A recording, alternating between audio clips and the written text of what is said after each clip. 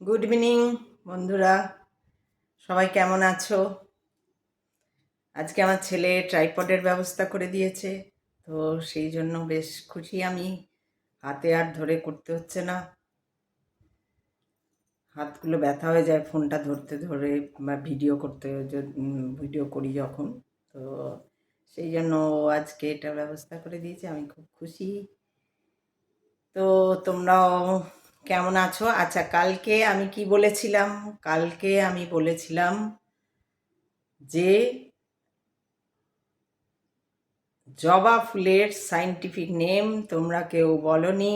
জানি না কি হয়েছে, যাই হোক, তোমরা জানি না পারোনি না বলনি না দেখোনি, কারণ ওটা প্রথম দিকেই ছিল, শেষ দিকে আমি জানি তোমরা দেখো না, তাই তোমাদের জন্য মাঝে মাঝে একটা করে ছোট ভিডিও ছাড়বো, ছেড়েওছি আজকে। পারলে দেখো। আর যারা বড় দেখতে সময় নেই, যারা খুব বিজি, তাদের জন্য ছোট ছোট ভিডিও ছাড়বো ঠিক করেছি। কারণ মুডের ব্যাপার, যদি হয় তো ছাড়বো, না হলে এরকমই বলতে আসবো, জানি না। যা সে করাবে তাই করাবো, করব। তো এবার কথা হচ্ছে যে কি যেন, আমার ঠোঁটটা দেখেছো কিরম ব্যাঁকা, এখানটা খুব ব্যাঁকা। হুম, এমনি হয়ে যাচ্ছে। তো যাই হোক, এবার সায়েন্টিফিক নেম, আর কে এটা আবিষ্কার করেছিলেন সায়েন্টিফিক নেমটা? রে আমি না ভুলে গেলাম। তো সায়েন্টিফিক নেমটা আগে বলে নিই, তারপরে কথা শুরু করছি। আজকে তো ভিডিও অনেক বড়ই হবে, কারণ কি, আমি এই যে ফ্রি একটা ভাবে আমি কথা বলতে পারছি, সেইটাই জন্য মনে হয় ভিডিও বড় হবে। তোমরা সবাই দেখবে, সবাই খুব ভালো হয়ে যাও দেখি, একটা বেশ মজা হবে, তাহলে একটা দারুণ মজা হবে, সবাই খুব ভালো। তো যাই হোক, আমি কালকে জবা ফুলের আমি নিজেই বলে গেলাম, কার্লাস লিনিয়াস হচ্ছে কি বলে, জবা ফুলের সায়েন্টিফিক নেম দিয়েছিলেন, যার নাম হচ্ছে hibiscus Rosa sinensis. Rosa sinensis হচ্ছে রোজা সিনেনসিস বা রোজা সিনেনসিস হচ্ছে, একে বলা হয় চীনের গোলাপ, চীন দেশের গোলাপ, যদিও গোলাপের সঙ্গে এর কোনো সম্বন্ধ নেই, তাও এটা বলা হয়। তো তাহলে সায়েন্টিফিক নেমটা হচ্ছে এই। কেন তোমাদের মনে নেই? যদি এমন হয় যে তোমরা শুনেছো কিন্তু বলতে চাওনি বা মনে নেই, এরকম যদি হয়, তাই এই কথাটা বলছি যে চশমাটা বেঁকে যাচ্ছে কারণ আমার একদিকটা ব্যাঁকা। প্রত্যেকের শরীরের এটা জানবে, কোনো একটা দিক ব্যাঁকা থাকে, কোনো একটা দিক মানে পারফেক্ট থাকে না, কিন্তু এটা জানবে। আমাদের চোখ, আমাদের এই যে নাক, আমাদের মুখের যে দুটো দিক না, এই একটা একদিক, এটা একদিক। তো সবসময় একটা দিক আরেকটা দিকের থেকে একটু অন্যরকম থাকে। আমার দেখো একটা দিক ব্যাঁকা, এই চশমাটা দেখো ব্যাঁকা হয়ে যায়। তো যাই হোক, এগুলো সব লক্ষ্য করার জিনিস। আমিও আগে আমি জানতাম, কিন্তু ইয়ে করতে পারতাম না। কিন্তু এখন কথা বলি, দোষ ধরতে পারি। আমার এর দোষ হয়, যেটা একদম বাজে লাগে, সেইটা শব্দ উচ্চারণ ঠিক হওয়াই ভালো। তো ভালো লাগে তাহলে কথা শুনতে। তো সেই জন্য তো আজকে এটা বললাম যে তোমাদের রোজা সাইনেন্সিস সাইনেন্সিস, তো সেটা হচ্ছে হিবিস্কাস রোজা সাইনেন্সিস হচ্ছে জবার সায়েন্টিফিক নেম। হয়ে গেল। এইবার হচ্ছে কি নিয়ে কথা বলি। আজকে কথা বলবো একটা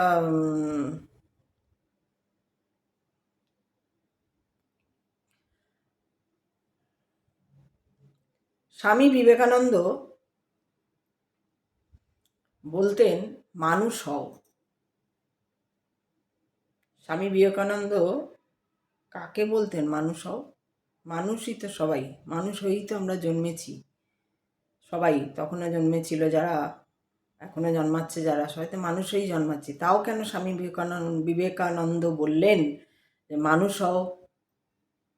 এবং শুধু মানুষ হও বলাই নয়, উনি কিন্তু এই কথাটার মানুষ হওয়ার উপরে ভীষণভাবে জোর দিতেন। সর্বক্ষেত্রে উনি এইটাই বলতেন, মানুষ হতে, কিভাবে একজন মানুষ হওয়া যায়। মানুষ মানে মান আর হুঁশ, এটাও ওনারই বলা, মান আর হুঁশ। রামকৃষ্ণ দেবও বলতেন মান আর হুঁশের কথা। মান কি? মান হচ্ছে, একটা হচ্ছে কৃতজ্ঞতা আর একটা হচ্ছে শ্রদ্ধা। একটা হচ্ছে কৃতজ্ঞতা, একটা হচ্ছে শ্রদ্ধা। তুমি জন্মানোর পর থেকে যখন তোমার মোটামুটি বুঝতে শিখেছো, তখন থেকে যে তোমার জীবনটা চলছে, সেই জীবনের পথে যার যার দ্বারা তুমি উপকৃত হয়েছো, তার প্রতি কৃতজ্ঞ থাকা। মনের ভিতরে, নিজের ভিতরেও অন্তত কৃতজ্ঞ থাকা। যার থেকে একটুখানিও যদি কিছু শিখেছো। এমন হয় অনেক সময় যে ধরো আমরা কারুর আমরা তো প্রথম বাবা মার কাছ থেকে শিখি এবং মনে মনে তাদের প্রতি কৃতজ্ঞও থাকি যে হ্যাঁ এটা করেছেন। আমি যেমন কালকে শুধু না, আমি পুরনো ভিডিওতে আমার মা যে অনেক গুণী, আমার মা যে অনেক খুব ভালো সাজাতে পারেন, আঁকতে পারেন, মানে অনেক ক্রিয়েটিভ ব্যাপার আছে, স্পিচ দিতে পারেন, এরকম কর্মকাণ্ডের মধ্যে তার জীবনকে আমরা দেখেছি। তিনি টিচার ছিলেন, এখনও আছেন, এখন হয়তো আফটার রিটায়ারমেন্ট অন্যরকম আর কি, মানে একটা সমিতির ছেলে মেয়েদের পড়ানো, সেটা একটা ইয়ে, সেখানে পয়সা কোনো ব্যাপার নেই। তো আমি তোমাদের বলেছি যে আমার বিলঙ্গিংই হচ্ছে ওরকম। তো এই যে একটা, যে আমার মা এরকম খুব ভালো, মানে একজন, মানে মিনিমাম 1000টা মহিলাকে, এখন তো অনেক সুযোগ সুবিধা, এখন যারা অনেক কিছু শিখেছে, অনেক কিছু জেনেছে, অনেক কিছু, তখন মোটামুটি ধরো 30, 40, 50 বছর আগে, বা ধরো এরকম মা যখন ছোট ছিল, তখন তখন ধরো এই জিনিসগুলোর আরও ভ্যালু ছিল, আরও দাম ছিল। এখন যেমন কোনো কিছুরই দাম নেই, সেই দামটা নেই কেন না, ওই একই কারণ, আমি যদি আমাকে দাম না দিই তো আমার ক্রিয়েটিভিটির কী দাম থাকবে, এরকমই ব্যাপারটা আর কি। তো তখন তো ওরকম ছিল না, তখন খুব এগুলোর ইয়ে ছিল। আমার মা খুব ভালো জামা কাপড় তৈরি করতে পারতেন। আমরা অনেক বড় পর্যন্ত, আমার বিয়ের পরেও পর্যন্ত অনেক, যদিও আমার ছোটো বয়সে বিয়ে, কিন্তু তখন ছোটো থেকে যে আরও বড় বিয়ে হয়ে যাওয়ার পরেও আর কি জামা কাপড় আমার মা করে দিতেন, বানিয়ে দিতেন, তবে আমরা পরতাম। এরকম খুব ভালো জামা কাপড়, এমব্রয়ডারি, আঁকা, চাদরে আঁকা, শাড়িতে আঁকা, প্লাস এমব্রয়ডারির কাজ। তো আর এই যে রান্না বান্না হেন তেন, আরও অনেক টুকিটাকি টিপস দেওয়া, কী হলে কী করতে হবে, কী হলে কী করতে হবে, কেটে গেলে কী করতে হবে, রক্ত বন্ধ করতে গেলে কী করতে হবে, অমুক করতে গেলে কী করতে হবে, হঠাৎ যদি হার্ট বন্ধ হয়ে যায় কী করতে হবে, এই যে টিপস অনেক জানা আছে। গুণী মানুষ, আমরা অত গুণ পাইনি, সত্যি কথা বলতে আমি তো পাইনি অত গুণ। সেলাই তো আমি সেলাইয়ের কিছুই, মানে ওই টাকতে পারি শুধু। আমার মা যা ভালো সেলাই পারে সেই জায়গায়। তো এই যে এইগুলো আর কি, বাবাও তো মারাত্মক ভালো মানুষ, মানে বাবার পুরো ইয়েই তো পুরো বলেছি, পুরো ভীষণই ভালো মানুষ একজন। তাদের জন্যই আমরা দান খয়রাত, হেন মারও ছিল, মা বাবা সবাই দান খয়রাত করেই জীবন গেছে তাদের। তাদের কতটা আছে সেইটা মানে দেখার ইয়ে। তারপরেও এমন নয় যে তারা নেই, কিন্তু ওই যে দান খয়রাত যদি না করতো তাহলে হয়তো আজকে আরও 4টে বাড়ি হয়ে যেত, 4টে গাড়ি হয়ে যেত। কিন্তু তাদের ওই সেই দিকে মনই ছিল না যে গাড়ি, আমার বাবা তো কোনোদিন গাড়ি কিনবো চড়বো এসব করতে পারেনি। আমি এগুলো বলার জন্য কিন্তু বলছি, নিজের না দিয়ে কার দিয়ে বলবো, সেই জন্য বলছি। না তোমরা অবশ্য শোনোই না, তো তোমরা আমাকে কিছু বলো না, ওই জন্য আমি যা খুশি বলতে পারি। তো যাই হোক, তো এরকম এই যে কৃতজ্ঞ থাকা, বা আরও যার কাছ থেকেই তুমি জীবনে কিছু শিখছো, আমরা প্রথম বাবা মার কাছ থেকে শিখি, তারপর টিচারদের কাছ থেকে শিখি, তারপরে যারা নাচ শেখে নাচের, গান শেখে গানের, আঁকা শেখে আঁকার, অভিনয় শেখে অভিনয়ের। আমার তো অভিনয়ের শেখা মায়ের, আমার অভিনয়ের গুরু যদি বলো তো আমার মা। তো যাই হোক, এবং সহবত শেখা, ম্যানার্স, এটিকেটস, এগুলো সৌজন্যবোধ, এগুলোও শেখা কিন্তু বাড়ি থেকে হয়। সেখানে একটা পুরো পরিবার থাকে, সেখানে শুধু একজন দুজন না, পুরো পরিবারের যে একটা ব্যাপার থাকে, সেই থেকেই বাচ্চারা শেখে সবাই। তো এই যে যার কাছ থেকেই শিখছি, কর্মজগতে যে থাকে বা আশেপাশে সঙ্গীরা যারা থাকে তাদের কাছ থেকে অনেক কিছু শেখা যায়। তো এই যে আমরা শিখি এবং শিখেই যাই, আজও শিখছি, যত বয়স যাবে ততও শিখবো শিখবো, শেখার শেষ নেই। তো যাই শিখি না কেন, সেই শেখাটার যার থেকে শিখছি তার প্রতি কৃতজ্ঞ থাকা, এইটা খুব জরুরি। এইটা একটা মানুষ হবার জন্য এইটা একটা মূল্যবান অংশ। আরেকটা হচ্ছে শ্রদ্ধা করা, মানুষকে শ্রদ্ধা করা। সেটা শুধু যাদের থেকে শিখেছি তাদেরই নয়, সবাইকে একটা শ্রদ্ধার চোখে দেখা। এবার তুমি বলবে যে মারছে, ধরছে, কাটছে, গালি দিচ্ছে, দুবেলা গালি না দিয়ে খাচ্ছে না, বা কুটকোচালি করছে, ষড়যন্ত্র করছে, বিপদে ফেলছে, অমুক করছে, সেইগুলো তো তোমার বিচার বুদ্ধি দিয়ে তোমাকে ভাবতে হবে, তোমাকে এগোতে হবে। যদি রাস্তায় কাঁকড়া বিছে পাও, তুমি কি কাঁকড়া বিছের বা সাপ, তো সেখানে তুমি জানো বিষাক্ত, তো তোমাকে এড়িয়ে যেতে হবে, সেটা তো তোমার বিচার। এই সাপটাই হয়তো কোনোদিন একদিন তোমাকে বাঁচিয়েছিল, কিন্তু তা বলে কি সেই তার মুখের সামনে গিয়ে তুমি পড়ে যাবে? সে কেটেও যেতে পারে, তার মুড অফ, তার অমুক, তার যাই হোক। এমন তো না কোনোদিন হয়তো দেখো কোনো সাপের জন্য তোমার প্রাণ বেঁচেছে, কিন্তু তাই বলে কি তুমি তাকে গলায় জড়িয়ে ধরবে কি? সেটা তোমাকে বুঝে নিতে হবে এই জিনিসগুলো তোমাকে বুঝে নিতে হবে।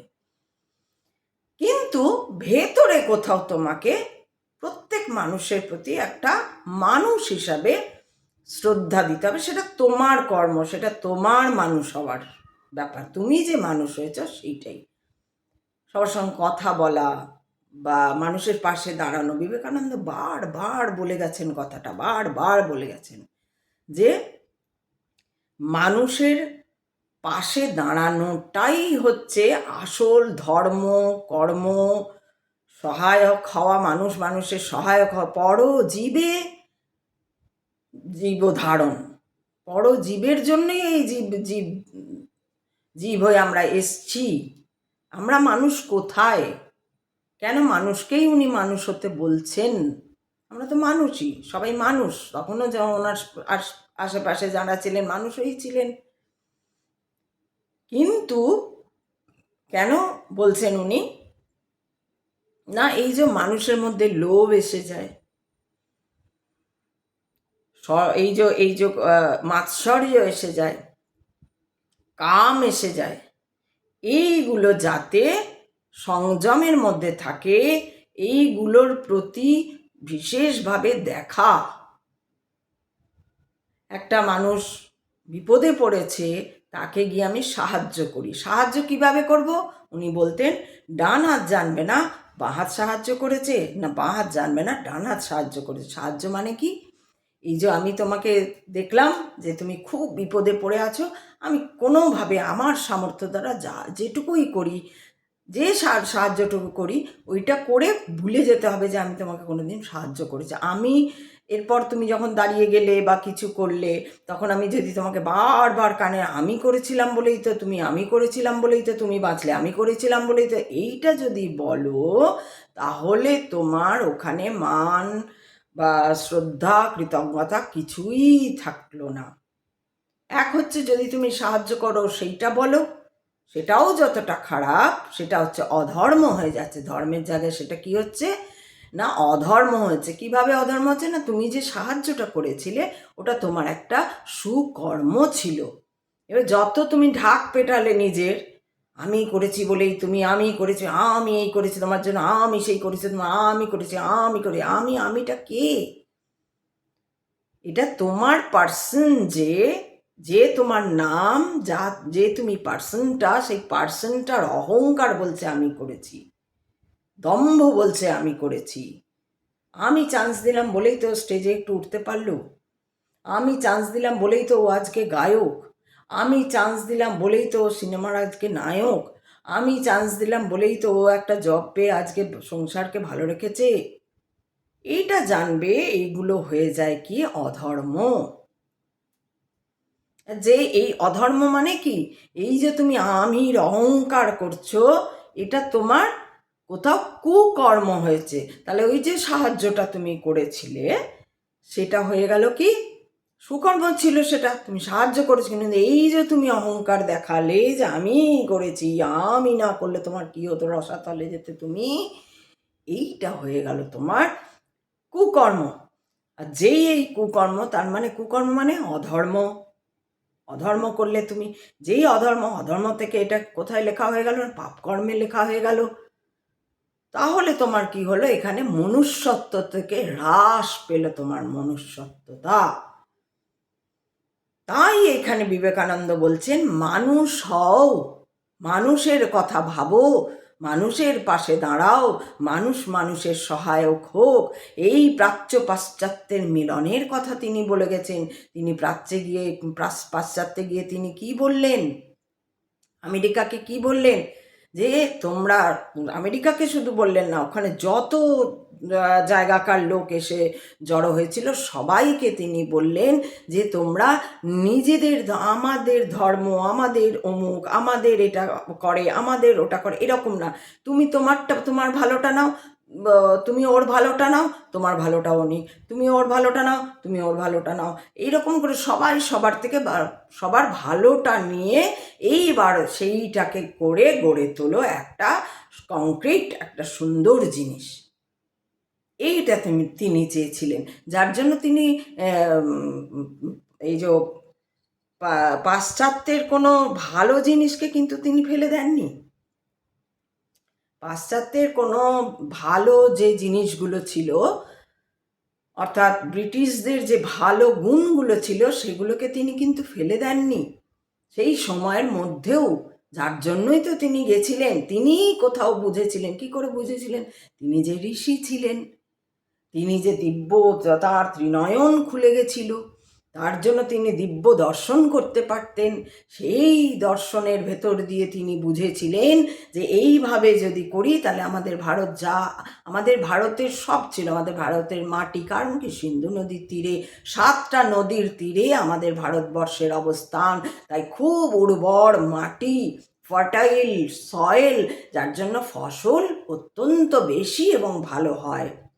বাবা চুলকাচ্ছে। তো তো ভালো হয়। তো এই এই যে উনি দেখেছিলেন, আর আমাদের ভারতবাসীরা ছিল কি ভীষণ পরিশ্রমী। এই যে কৃষক যারা ছিলেন, তারা যে চাষ করতেন, রাত দিন খাটতেন, কেটে এসে মানে বাড়িতে আবার তারা এই করছেন ওই করছেন, এবং তার সঙ্গে সঙ্গে ছিল বিদ্যা শিখছেন, আস্তে আস্তে বিদ্যা হচ্ছে। তো এইখানে ছিল কি কিছু কালচার, অর্থাৎ কিছু সংস্কৃতির, সংস্কৃতি বলতে ওরকম নয়, কিছু ওই কালচার না, ওই সংস্কৃতি না, কিছু ম্যানার্স এটিকেটসের আর কি কিছু অভাব ছিল ভারতবর্ষে। সেইটা যাতে আবার, সেইটা আবার ওদের খুব ভালো ছিল, একসঙ্গে বসে খাওয়া, টেবিলে বসে খাওয়া, টেবিলে না বসলে আমরা তখন নিচে আমাদেরও হতো একসঙ্গে বসে খাওয়াটাও, এমন নয় আমাদেরও হতো না, হতো।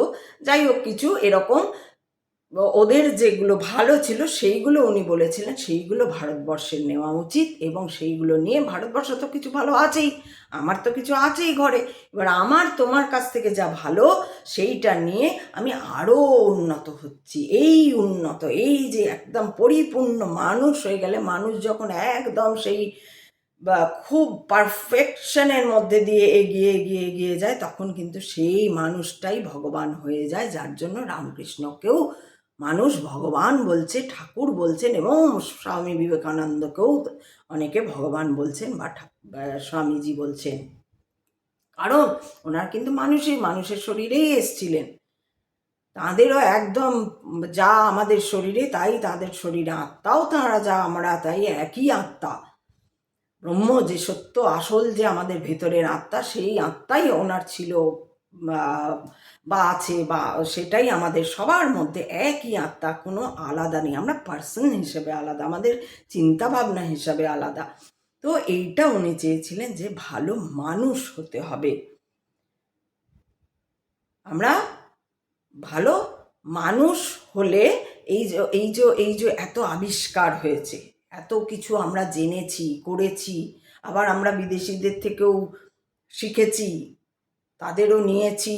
নাসা আমাদেরও এখানকার হয়তো কাউকে কাউকে নিয়ে গেছে, এখন ইসরোও হয়তো কাউকে কাউকে ডাকছে। এই যে মেলবন্ধন, এই মেলবন্ধনটা আমি দেখবে অনেক দিন আগে ভিডিও করে তোমাদের বলেছিলাম যে সবাই মিলেমিশে থাকা, মিলেমিশে থাকার, কিন্তু দেখবে তোমরা এমনিও নর্মাল দেখবে যে যে সমস্ত পরিবাররা দেখবে খুব মিলেমিশে থাকে। এই যে মৈথিলির কথা কালকে আমি বললাম যে দুই ভাইকে নিয়ে সেই ছোট্টবেলা থেকে তারা গান গাইতে গাইতে তারপরে বাবাকে ঢোকালো, তারপর মাকে তারা যে খুব ভালো মৈথিলির মতোই গান করেন তা কিন্তু নয়, কিন্তু মৈথিলি তাদেরকে খুব সুন্দর করে বাবাকে, মাকে, মাসি বা আরও পাড়ার কাউকে বা ওরই আত্মীয় স্বজন সবাইকে নিয়ে কোথাও শো, কী বলে ওটা, ওরা যায় ইয়ে করতে, শো না, ওটাকে কি বলে, ওদের গান গাইতে যায় আর কি। এরকমভাবে করতে থাকলো আজকে মৈথিলি কোথায় উঠে গেল।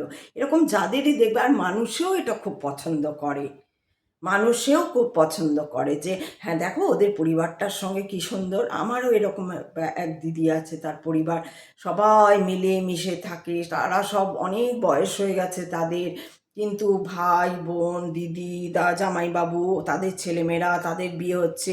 ওই দিদির কিন্তু ছেলে মেয়ে নেই, কিন্তু ও সমস্ত আজকে অসুস্থ হলে সঙ্গে সঙ্গে দিদি চলে আসে, দিদি ঘর দিয়ে ওনারা ওই আমার যে দিদির কথা বলছে সেই দিদির অসুবিধা, ও তার আরও তার অন্য এক দিদি, তাকে আমার উনি সম্পর্কে দিদি আর কি, তো যাই হোক তার এক দিদি কী করলো, ওকে ঘর দিয়ে দিল, যে হ্যাঁ তুই থাক, তোর অসুবিধা তুই থাক, ঘর দিয়ে দিল।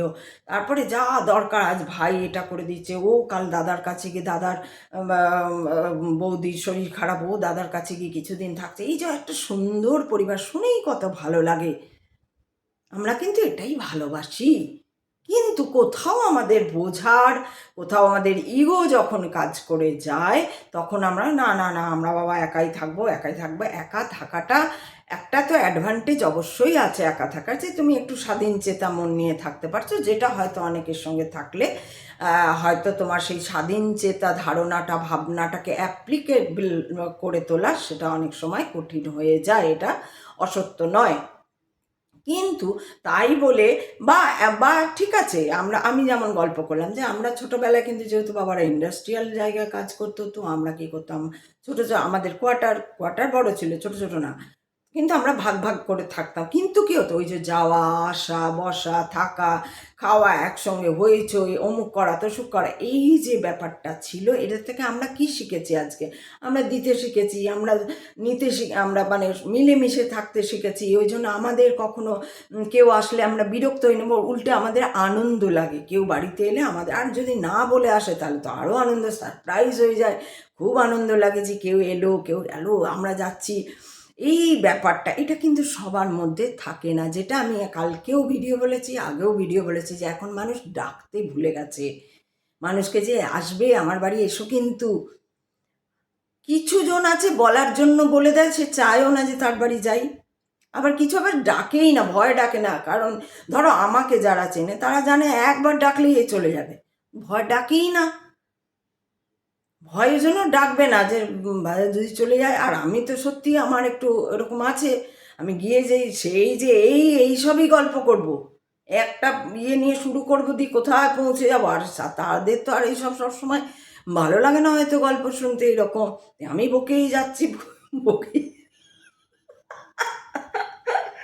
আমি বকেই যাচ্ছি, আমার আর খেয়াল নেই যে ভাই ওর কাজ, ওর ভালো লাগছে না, কাজ ফাজ নয় ওসব ছাড়ো, কাজ ফাজ ওসব বাহানা, ওসব আমিও জানি, কাজ নয়, ভালো লাগছে না, ভালো লাগা না লাগা এইটা আমাকে বুঝতে টাইম লেগেছে। ভাই ওর ভালো লাগে না, আমি গিয়ে ওখানে, তো সেই জন্য আমাকে ভয় কেউ ডাকেও না, এই রে চলে যাবে এখন এসে বক বক করবে।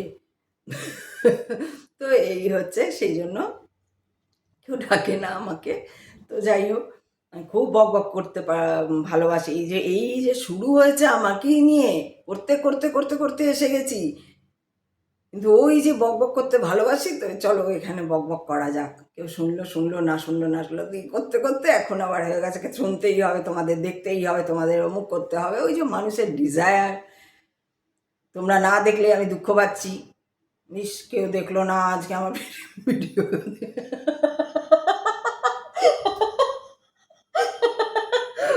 সরি, সরি, আমার ভিডিও কেউ দেখলো না। হায় হায় হায় হায়, আমার ভিডিও কেউ দেখলো না। কি দুঃখ, আমার কি দুঃখ।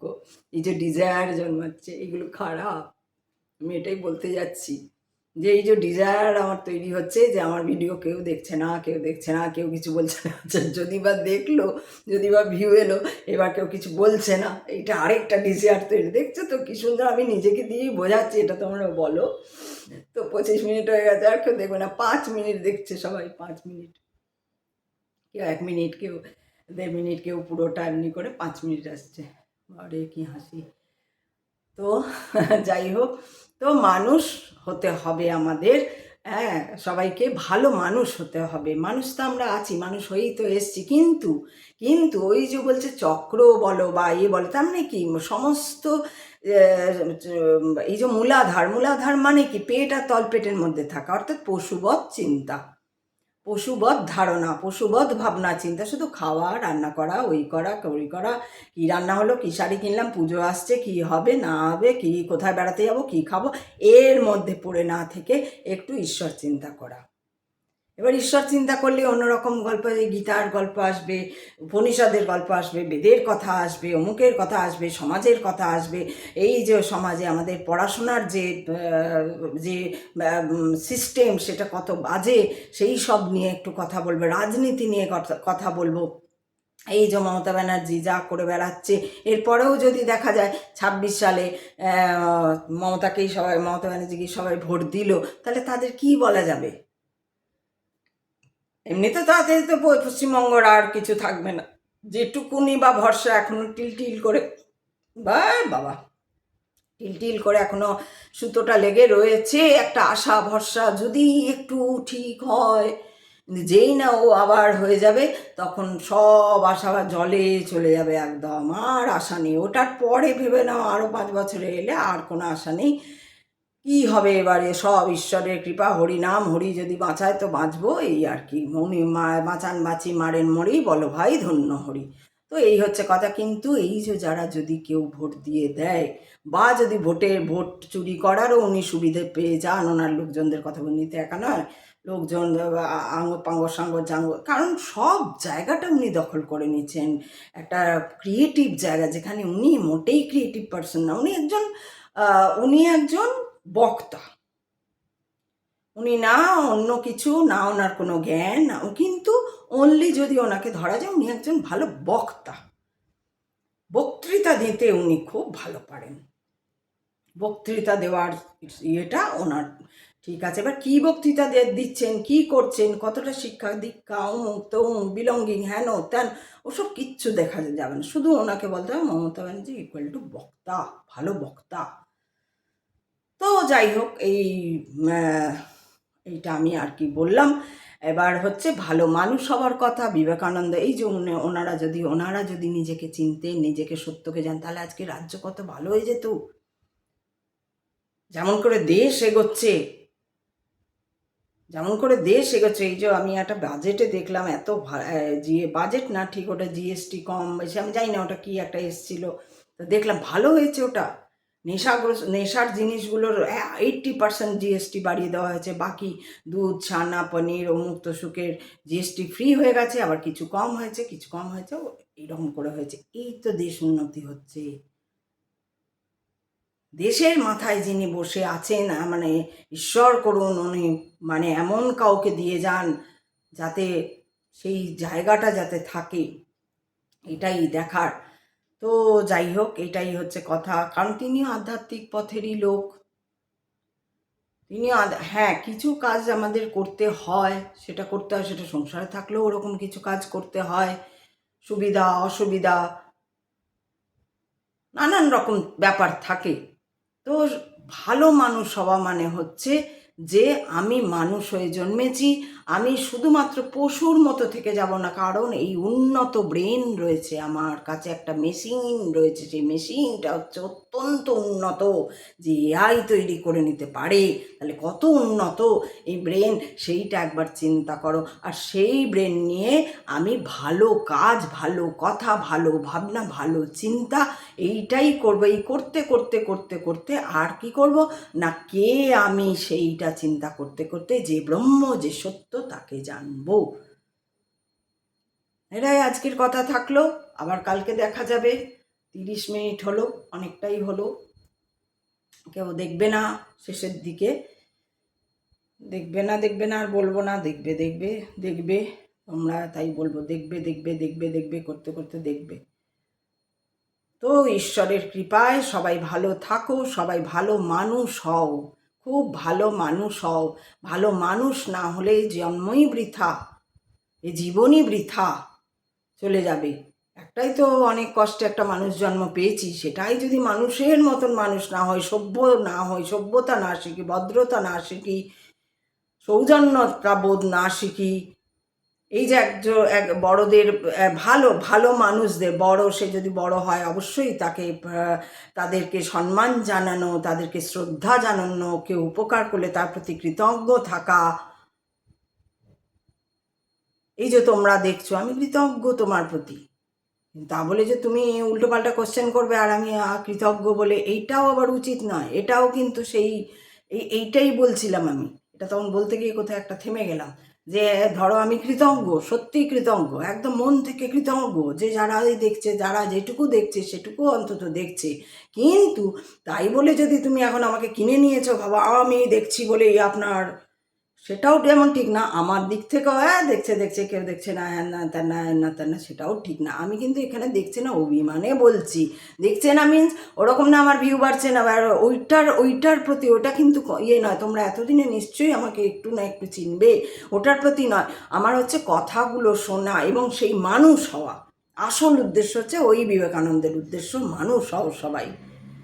তাই এই কথা শোনো, শুধু আমার কথা না, যারাই বলতে বেরিয়েছেন, এখন বলতে বেরোনোরই, প্রচার করারই সময় এটা। তাই যারাই একটু জানে তাদেরই বার করে দেওয়া, ঈশ্বর ব্রহ্মাণ্ডই বার করছে। চলো আমার দিকে তাকাও, চলো লাইন দিয়ে চলে এসো, আমার দিকে তাকাও। আর এই তোমাদের এই ভলেন্টিয়ার থাকে না, আমরা হচ্ছে সেই ব্রহ্মাণ্ডের ভলেন্টিয়ার, শিবের ভলেন্টিয়ার বা কৃষ্ণের ভলেন্টিয়ার। ভলেন্টিয়ার চলো ডাকো, দেখো কে আসবে না আসবে, ডাকো, বলো বলো বলো বলো বলো, তোমরা বলো। তাই এইরকম ধরে ধরে আমাদেরকে দাঁড় করিয়ে বলা করাচ্ছে, সেই করাচ্ছে, কিন্তু সত্যি সেই করাচ্ছে। আর আমরা কিছুই জানি না, কি বলতে এসছি, কি করছি না করছি, সব সে করাচ্ছে। এই হচ্ছে আমার কথা। আজকে খুব ভালো লাগলো, আমি ফ্রিলি একদম কথা বলতে পারলাম তোমাদের সঙ্গে, হাতটা সেই জর্জরিত হয়ে যায়নি। ভালো লাগলো তোমাদের আমার কথাবার্তা, কেমন লাগলো? তোমরা কি সত্যি মানুষ হতে চাও? তোমরা আমার প্রশ্নের উত্তর দিচ্ছ না। কালকে বলেছিলাম জবা ফুলের কথা বলতে বলোনি, আজকে জিজ্ঞেস করছি তোমরা কি মানুষ হতে চাও? তোমরা কেমন মানুষ হতে চাও? দুর্যোধন, শকুনি, মন্থরা, কইকেয়ী, না অর্জুন, শ্রীকৃষ্ণ, শিব, অন্যান্য মহারাজদের মতন, বিবেকানন্দের মতন, রাসবিহারী বসুর মতন, আশুতোষ মুখার্জির মতন, কার মতন হতে চাও তোমরা? সেইটা যদি জানাও তাহলে আমার খুব ভালো লাগবে। আমি চাই যে তোমাদের সঙ্গে আমার আত্মিক যোগাযোগ, ওই যে আমার আত্মাই যে তুমি, তোমার আত্মাই যে আমি, সেই জায়গাটা কোথাও এক হয়ে যাক। এইটা আমার উদ্দেশ্য, এইটা আমার লক্ষ্য। বুঝেছ? আমি চলি, টাটা, ভালো থাকবে সবাই। বলো পার্বতী পতে হর হর মহাদেব। চললাম, টাটা।